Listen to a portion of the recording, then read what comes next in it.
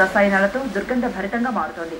ఒకప్పుడు ఆహ్లాదానికి చిరునామాగా విరసిల్లిన tank bund ప్రస్తుతం పర్యాటకుల సంఖ్య తగ్గి బోసిపోయింది.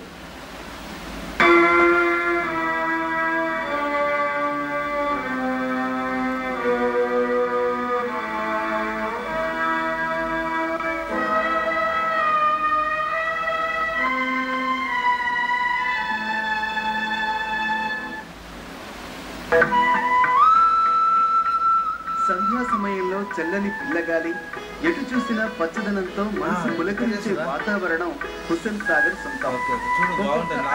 మరో పక్క బంగారు వన్నెల నక్లెస్ రోడ్డు, ఎన్టీఆర్ గార్డెన్, ఇంకో పక్క ఇందిరా పార్కు ట్యాంక్ పరిసరాల్లో చెట్ల కింద చల్లని కబుర్లు. ఇవి ఒకప్పుడు హుస్సేన్ సాగర్ చుట్టూ కనువిందు చేసే దృశ్యాలు.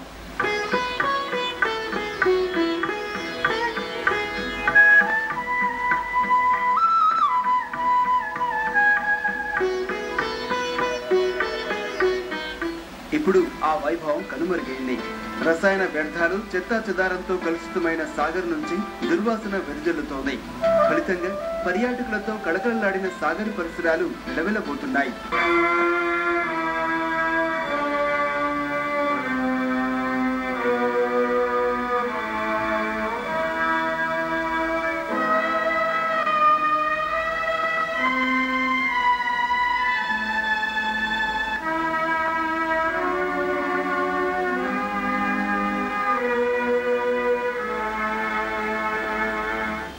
పైన ఇంతకుముందు సాయంత్రం అంటే వాయువాళ్ళకని ఎంతో మంది వచ్చేవాళ్ళు.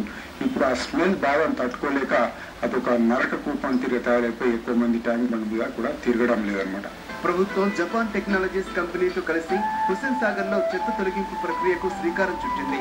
అది కూడా పెద్దగా సత్ఫలితాలు ఇవ్వడం లేదు. ఫలితంగా సమస్య జటిలంగా మారింది.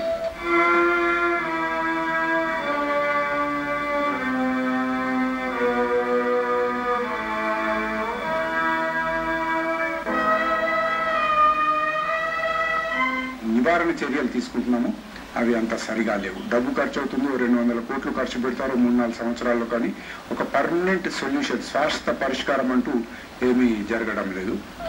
జల కాలుష్యానికి తోడు భారీగా పెరుగుతున్న ఉష్ణోగ్రతలతో సాగర్ నీటిలో ఆక్సిజన్ శాతం తగ్గి దుష్పరిణామాలు ఎదురవుతున్నాయి. వేసవిలో విడిది కేంద్రంగా తీర్చిదిద్దబడిన ఇప్పటి నెక్లెస్ రోడ్డు ఇప్పుడు కంపు కొట్టడంతో అందరికీ దూరం అవుతుంది. కలకల్లాడేసిన ప్రాంతం ఇప్పుడు వెలవెలబోతుంది. ప్రభుత్వం స్పందించి ఇకనైనా ఇక్కడ చిత్తశుద్ధితో చెత్తశుద్ధి చేయాల్సిన అవసరం ఎంతైనా ఉందని ప్రజలంతా కోరుకుంటున్నారు.